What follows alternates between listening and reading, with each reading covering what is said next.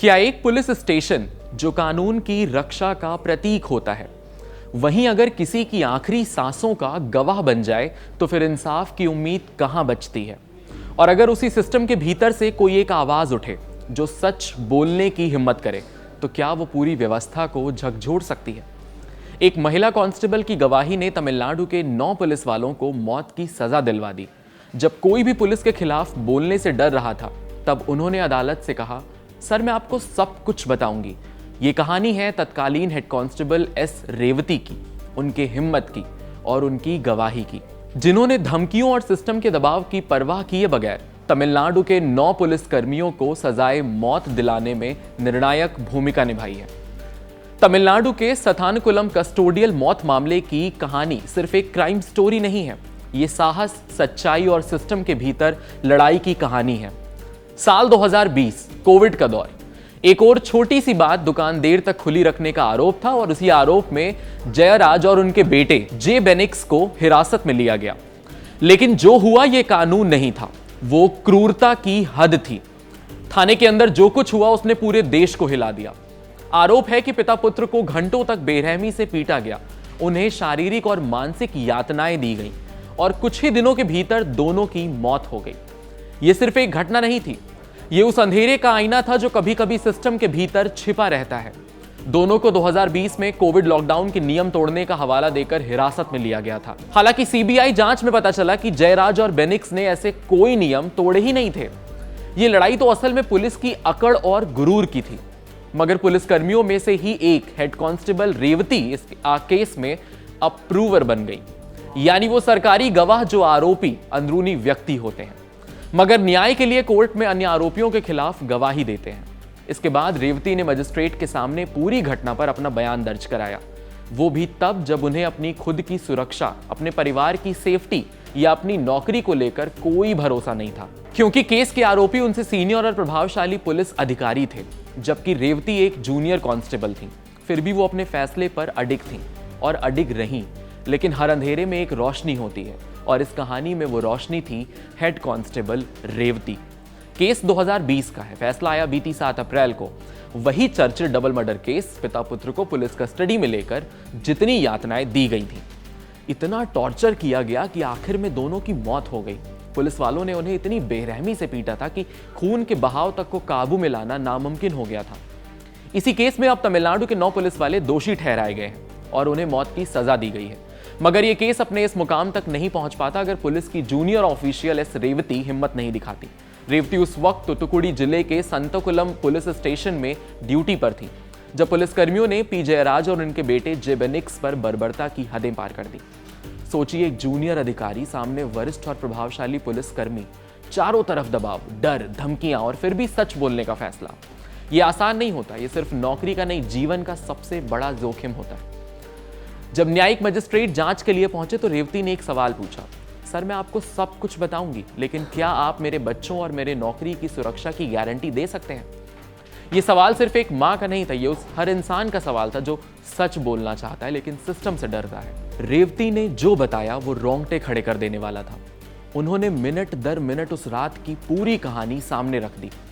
कैसे दोनों को पीटा गया, कैसे उनके शरीर से खून बह रहा था, कैसे उन्हें अर्धी बेहोशी की हालत में भी नहीं छोड़ा गया। रेवती ने बताया कि जब वो स्टेशन पहुंची तो अंदर से चीखने की आवाजें आ रही थी, अम्मा दर्द हो रहा है, मुझे छोड़ दो। ये सिर्फ शब्द नहीं थे, ये उस दर्द की गूंज थी जिसे कोई सुनना नहीं चाहता था। और सबसे दिल दहला देने वाला पल तब जब घायल व्यक्ति से ही उसका खून साफ करवाया गया, जब दोनों को नग्न करके बांध दिया गया। उस दृश्य को देखकर रेवती खुद को रोक नहीं पाई और बाहर चली गई। लेकिन कहानी यहीं खत्म नहीं होती है, असली ताकत तो इसके बाद दिखी।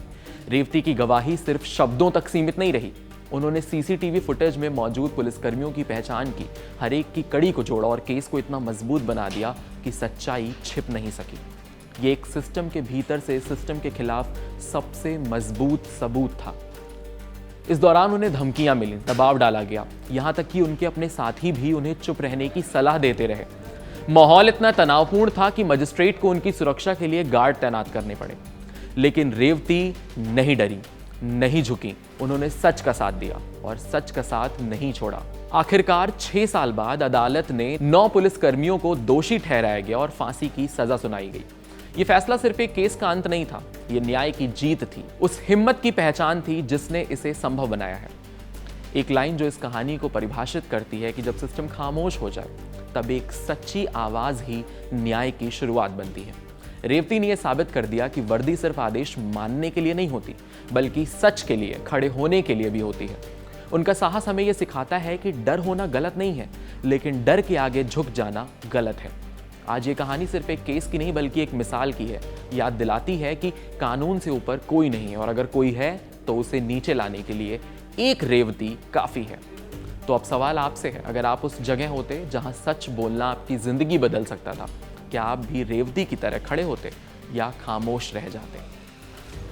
ऐसे ही अमेजिंग एक्सप्लेनर्स देखने के लिए कड़क के YouTube चैनल को सब्सक्राइब करिए, फॉलो करिए इंस्टाग्राम पर और देखते रहिए कड़क।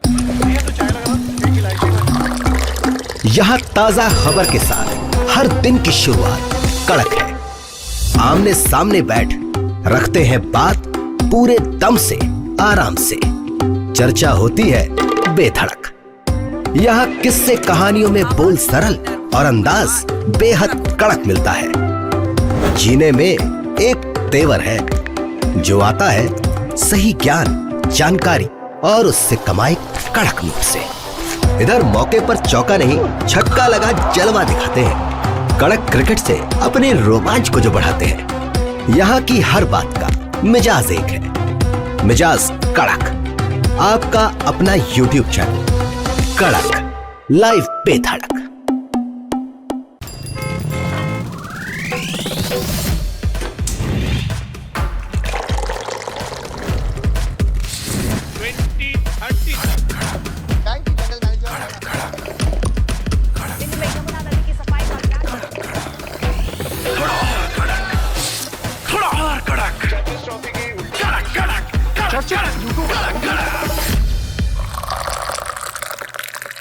ये कड़क है। शब्द कम, एहसास गहरे। कहानी उतरेगी हल्के से, असर छोड़ेगी कड़क। कड़क लाइव बेधड़क।